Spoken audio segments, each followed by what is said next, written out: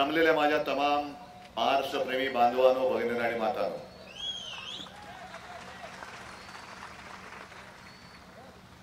आज योगायोग चांगला आहे. तुळशीचं लग्न आहे आणि आपला हा सण असताना सुद्धा नैवेद्य दाखवायचा आहे. तसं पाहिलं तर दुसरा कोणी राजकीय नेता आज सभा घेण्याचं धाडस करणार नाही. आपण केलं आणि तुम्ही सगळे सभेला आलात, त्याच्याबद्दल मी तुम्हाला मनपूर्वक धन्यवाद देतोय. आणि आपली परंपरा आहे, इतिहासामध्ये डोकावलं तर तानाजीची परंपरा आपल्याला माहिती आहे. आधी लगीन कोंढाण्याचं, मग रायबाचं. तसं हे लग्न नाही म्हणणार, पण ही निवडणूक आहे. हे आपलं आयुष्य ठरवणारी निवडणूक. मी पुढे काही बोलण्याच्या आधी सतीश तिघे इकडे या, संदेश तुम्ही पण या.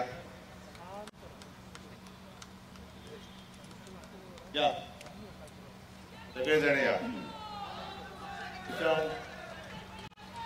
सगळ्यांना धन्यवाद देतोय, कारण या भस्मासुराला गाडायला हे चौघही तयार होते. करायचं काय माझ्यासमोर प्रश्न होता. आणि साधारणतः आपण बघतो की एकापेक्षा अधिक इच्छुक असले तर पक्षप्रमुखाची काय पंचायत होत असेल हे तुम्ही जरा माझ्या खुर्चीत बसून बघा. हे सगळे अगदी तोडीस तोड आहे. सगळ्यांची इच्छा होती आम्ही हा भस्मासूर काढणार. मग नंतर म्हणाले तुम्ही घाल तो निर्णय. मग सगळ्यांशी बोललो आणि संदेशना उमेदवारी दिली.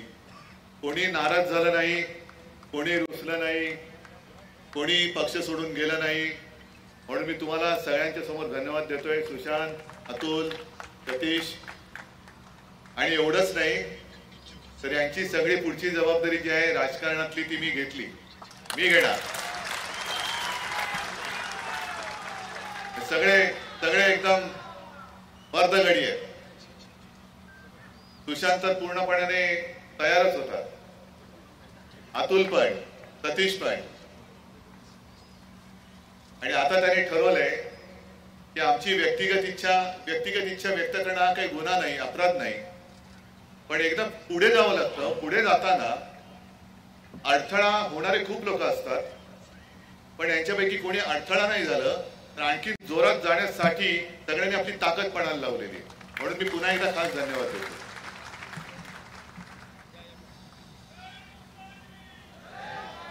आज सुधीर सावंत पण आपल्यामध्ये आलेत. जिथे जातोय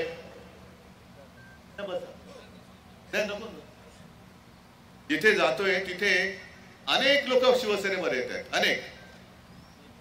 आणि मला खरंच या गोष्टीचं एक कौतुक म्हणण्यापेक्षा आश्चर्य वाटतं की तसं पाहिलं तर भाजपाच्या लेखी शिवसेना संपलेली आहे. पण तरी सुद्धा ही लोक माझ्याकडे का येतात? का तुळशीचं लग्न सारखा एक चांगला दिवस, सण आहेच, तरी देखील एवढी लोक भर दुपारची माझ्यासाठी का आले? बरं, मी यांची कुठे काय बिर्याणीची वगैरे काय सोय केले का रे बाबांनो? काय कोणाला पैसे देऊन आणले का? नाही. पण जिथे आपल्या तळमळीने लोक येतात तिथे विजय नक्की असतो, तिकडे विजय पक्का असतो. आणि आजचा विजय नक्की येईल. कारण जुने दिवस जे काही होते ते आठवून बघा. मी मगाशी वैभवच्या घरी गेलो आणि त्या तिकडनं युटर्न मारताना श्रीनाथ नाईक चौक, अक्षरशः अंगावरती काटा आला. मी नुसतं काहीतरी बोलायचं भावनिक म्हणून मी नाही बोलत. तुम्हाला कल्पना, मी कधी खोटं बोलत नाही आणि खोटं बोलण्याची मला गरज नाही. तो काळ झरकन माझ्या डोळ्यासमोर येऊन गेला. एक एक हत्यासत्र सुरू होतं. सगळी नावं तुम्हाला माहिती आहेत. आणि सगळे कोकणवासी हवालदिल झाले होते की काय करणार, काय ही गुंडागर्दी एवढी मातले कोणीतरी आहे की नाही. आणि मग मगाशी मी आल्यानंतर ते जे गाणं पण नवरात्रीत दिलं तुम्हाला सगळ्यांना, सत्वरी भुवरी ये, तसं देवीला साकडं घालण्याशिवाय पर्याय नव्हता. पण आपण सगळ्यांनी हिंमत केली तेव्हा विनायक राऊत यांना निवडून दिलं आणि कोकण जे वेगळ्या पद्धतीने गुंडागर्दीच्या छायेमध्ये होतं ते कोकण कसं छान शांत आणि सुंदर असं निसर्गरम्य कोकण हे आपले सगळेजण आयुष्य जगत जगत पुढे जायला. दुर्दैवाने नेमकं गेल्या वेळेला विनायक राऊतांचा पराभव झाला. का झाला कसा झाला तुम्हाला कल्पना आहे. पण मी विनायक राऊतांना सुद्धा धन्यवाद देतोय. एखादा माणूस पराभव झाला का बचकन खाली बसतो की अरे काय आता हरलो पुढे काय. पण शिवसैनिक तोच असतो की जय पराजय होत असतात पण मी लढणं सोडणार नाही. दुर्दैवाने पराभव झाला पण तरी सुद्धा मी दुसऱ्या दिवशी विचारलं म्हटलं विनायक काय करतायत. तर साहेब आज मी जरा मतदारसंघात जाऊन येतो. पण त्यांनी मतदारसंघात येणं जाणं हे खासदार असतानाही सोडलं नव्हतं आणि नाही तरी सुद्धा सोडलं नाहीये. ही अशी माणसं जीवाला जीव देणारी त्यांना साथ सोबत नाही द्यायची तर काय जीव घेणाऱ्याने देणार. मला खरं म्हणजे इकडे नरेंद्र मोदींना प्रचाराला बोलवायचंय पण माझं आता ते ऐकतील की नाही कल्पना नाही. कारण तुम्ही म्हणाला तुम्ही असं काय बोलताय. मोदींची एकदम आठवण का आली. आठवण येत असते हो. काय जुनी नाती असतात त्याच्यामुळे आठवण येते. मोदींना एवढ्यासाठी बोलवायचंय की लोकसभेमध्ये जे बेंबीच्या देठापासून तुम्ही ओरडत होता घराणेशाही घराणेशाही घराणेशाही मग इकडे या 3 मतदारसंघात आणि कोकणामध्ये तुमच्या पक्षाने काय केले त्याला काय म्हणायचं. ही कोणती शाही आहे. वडिलांना डोक्यावर आणि 2 पोरांना खांद्यावर असं घेऊन कोकण फिरेल असं तुम्हाला वाटतं. काय चाललंय. आम्ही काय बसवलंय आमच्या डोक्यावरती बाप बसलाय खांद्यावरती पोरं बसले आणि तुम्ही आम्ही चाकरी करतोय त्यांची. ही घराणेशाही नाही तर दुसरं काय आहे उत्तर तुमच्याकडे म्हणजे त्यांच्याकडे. तुम्हाला शिवसेनेची किंवा शिवसेना प्रमुखांची घराणेशाही. अरे मी म्हणतो ना मी घराणेशाही तर घराणेशाही मी घराण्यांची परंपरा आणि घराण्याचा वारसा घेऊन पुढे चाललेलो आहे. पण शिवसेना प्रमुखांची घराणेशाही नाही चालणार. त्यांच्यातले सगळे फोडून गद्दार म्हणून आम्ही घेऊ पण शिवसेना प्रमुखांचा मुलगा नाही चालणार. वो तो नकली संतान आहे. एवढी मजल गेली तुमची. एवढी मजल गेली. तुम्ही बाळासाहेबांचा अपमान करताय माझ्या माचा अपमान करताय. काय संस्कृती मोदीची संस्कार तरी कोणते आहेत तुमच्यावरती. कोणते संस्कार आहेत. आम्हाला जसं आम्ही घराण्याचा अभिमानाने उल्लेख करतो तसं मोदीजी तुम्ही येऊन या इथल्या गुंडांच्या दरोडेखोरांच्या घराण्याचा अभिमानाने उल्लेख करून दाखवताय. आणि ही तुमची परंपरा कोकणला मान्य आहे. आता विनायकजी तुम्ही बोललात की कोणतरी एक जाऊ दे अशा पकपकीकडे मी लक्ष पण देत नाही. अरे आव्हान कोणी द्यायचं. आव्हान मर्दानी द्यावं लागतं. मर्दानी आव्हान द्यायला पाहिजे. हे कसलेत नुसते इकडनं तिकडे तिकडनं तिकडे. आज इथे तर उद्या तिथे काय वाटेल तिकडे जात आहेत वाटेल ते बोलतायत. त्यांनी मला आव्हान दिलं येऊन रस्त्याने जाऊन दाखवा. हेलिकॉप्टरने येऊ नका. अरे रस्त्याने येऊन जायला पहिला तुझ्यावरती तिकडे जे 2 बसलेत ना दिल्लीमध्ये त्यामुळे रस्ता तरी नीट करा. मुंबई गोवा रस्ता अजून खड्ड्यातला आहे. दुसरा नॅशनल हायवे त्याचं तर जवळपास वर्षभर कामच बंद आहे. हा बावडा रोड. बावडा ना कारण हे बोलणार मला वाटलं बेवडा आहे पण रोड बावडा आहे. बावडा रोड बंद. मग कुठल्या रस्त्याने येऊ आणि कुठल्या जाऊ. तरी बरं की त्यांच्या साईज प्रमाणे त्याला खातं मिळालं होतं. अतिसूक्ष्म आणि अतिसूक्ष्म. पण त्यांनी सूक्ष्म तरी उद्योग त्या काळामध्ये कोकणात आणला का. नुसतं काहीतरी बोलत सुटायचं आव्हानं द्यायची. अशा लोकांकडे मी तर म्हणेन लक्ष पण देऊ नका. कारण हे बोल घेवडे त्याच्याशिवाय काहीच करू शकत नाही. आज आपण इथे आपल्या आयुष्याची लढाई लढतो. मगाशी वैभवच्या घरी असताना टीव्ही लावला होता. ते दुसरे एक महाशय नकली सेना म्हणणारे बेअकली कोण. अमित शहा. हे नकली सेना आहे. आणि मी मागेच लोकसभेच्या वेळेला बोललो होतो जो कोणी माझ्या शिवसेनेला नकली म्हणेल तो बेअकली आहे. मग ते अमित शहा असतील मी काय करू. मी बोललोय तुम्ही बोलला तर तुम्ही बेअकली म्हणा. तर त्यांनी सांगितलं की आपल्या सरकारने विकासाला स्थगिती दिली होती. विकास होऊ देत नव्हते. अच्छा अमित भाई विकासाची व्याख्या काय हो. मी स्थगिती कशाला दिली होती. माझ्या महाराष्ट्राचा विकास गुजरातला न्यायला स्थगिती दिली होती आणि यापुढे तर मी बंदीच घालीन त्याच्यावरती. तुम्ही माझ्या महाराष्ट्रातले उद्योग अगदी पाणबुडीचा उद्योग सुद्धा तुम्ही गुजरातला घेऊन गेलात. मध्ये मला असं वाटलं होतं की पंतप्रधान येत आहेत, लोकसभेच्या आधी येत आहेत, कोकणाला काहीतरी भरघोस देऊन जातील. जसं संदेश तुम्ही म्हणालात की 50,000 कोटीचं पॅकेज का नाही द्यायचं, का द्यायचं नाही. पण पॅकेज द्यायचं तर सोडाच, पण हे प्रकल्प घेऊन गेले आणि आपल्या अशुभ हाताने भ्रष्टाचारामध्ये पैसा खाऊन पुतळा उभारण्यामध्ये, पुतळा बनवण्यामध्ये सुद्धा भ्रष्टाचार करणारी अवलाद पुतळा उभारला आपली मतं घेण्यासाठी. आणि मला असं वाटतं की काहीतरी प्रमाणामध्ये थोडेसे तुम्ही लोक त्याला भुलला असाल. त्याने मोदींनी महाराजांचा पुतळा उभारला, आता आणखीन काय पाहिजे. मोदी म्हणजे काय, शिवाजी महाराजांचे भक्तच. 8 महिन्यामध्ये त्यांचा जो काय हाव होता तो कोसळून पडला. छत्रपती शिवाजी महाराज हे नुसतं काहीतरी उभं करायचं म्हणून आम्ही करत नाही.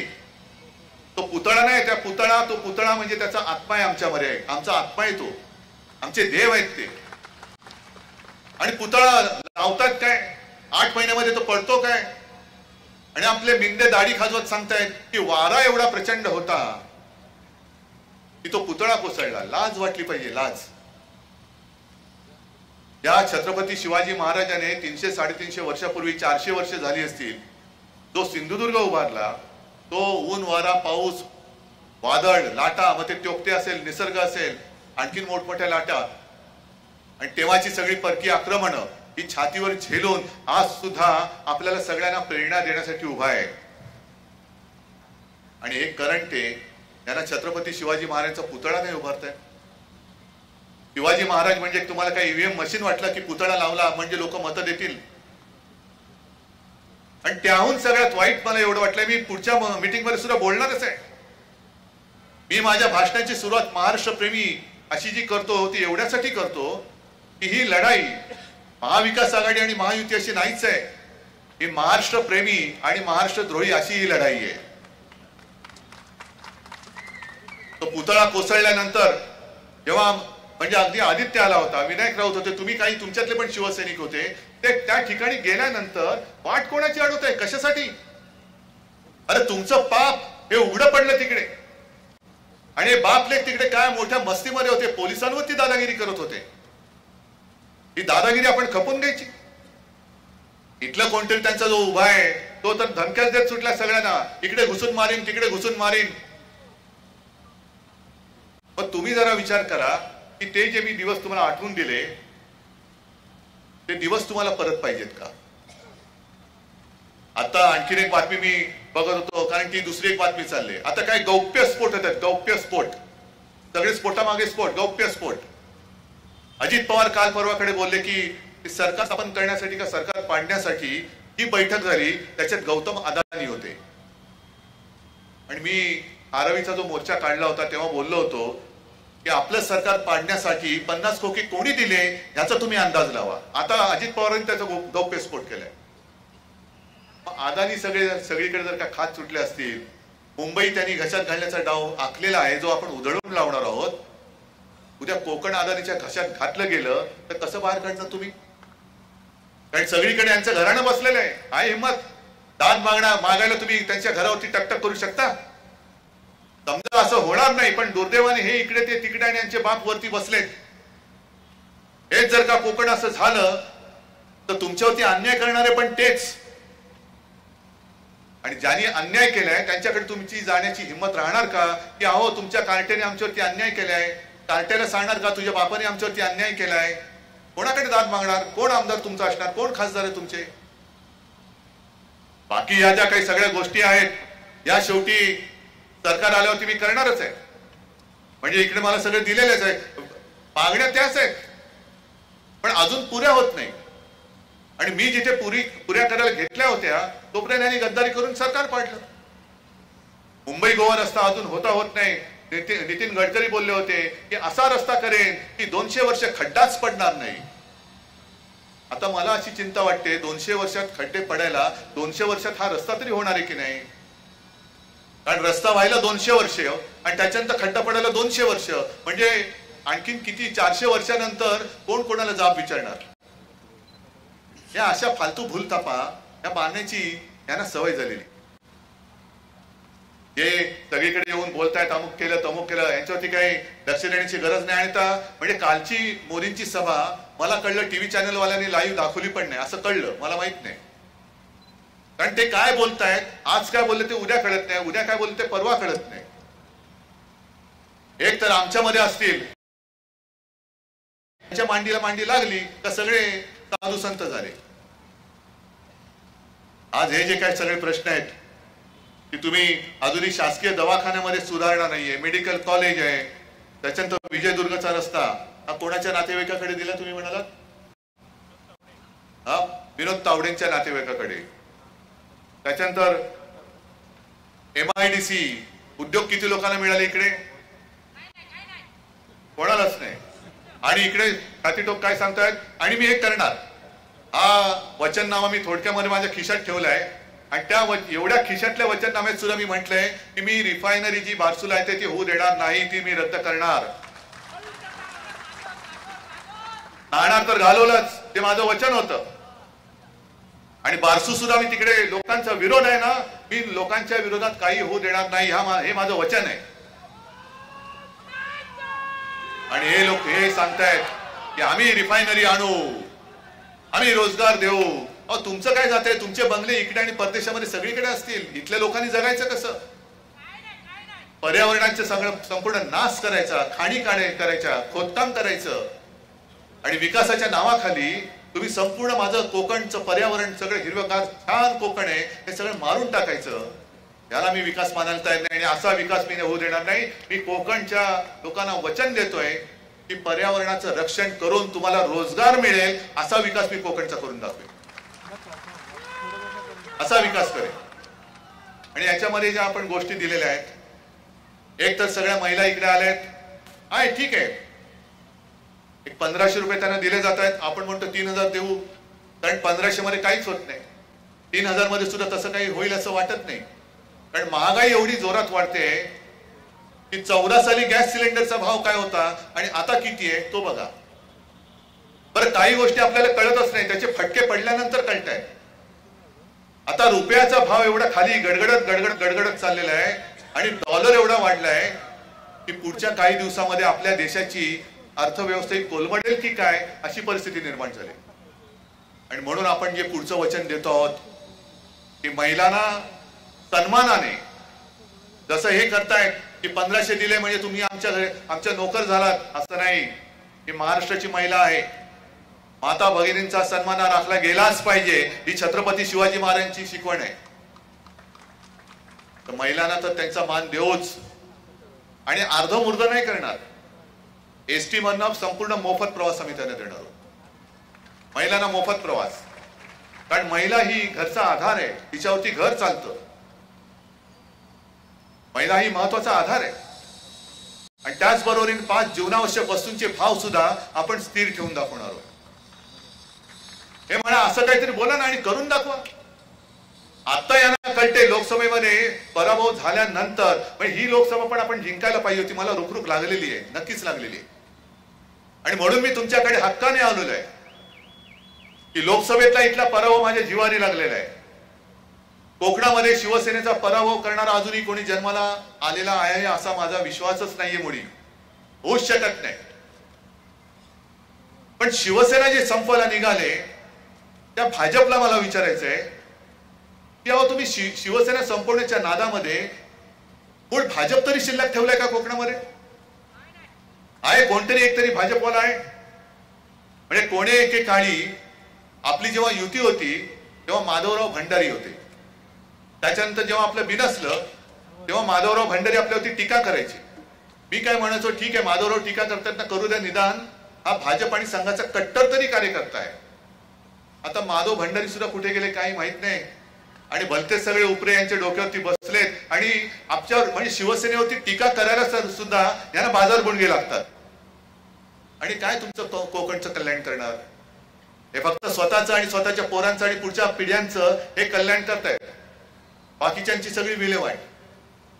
आणि त्याच्यासाठी मी आज आलो.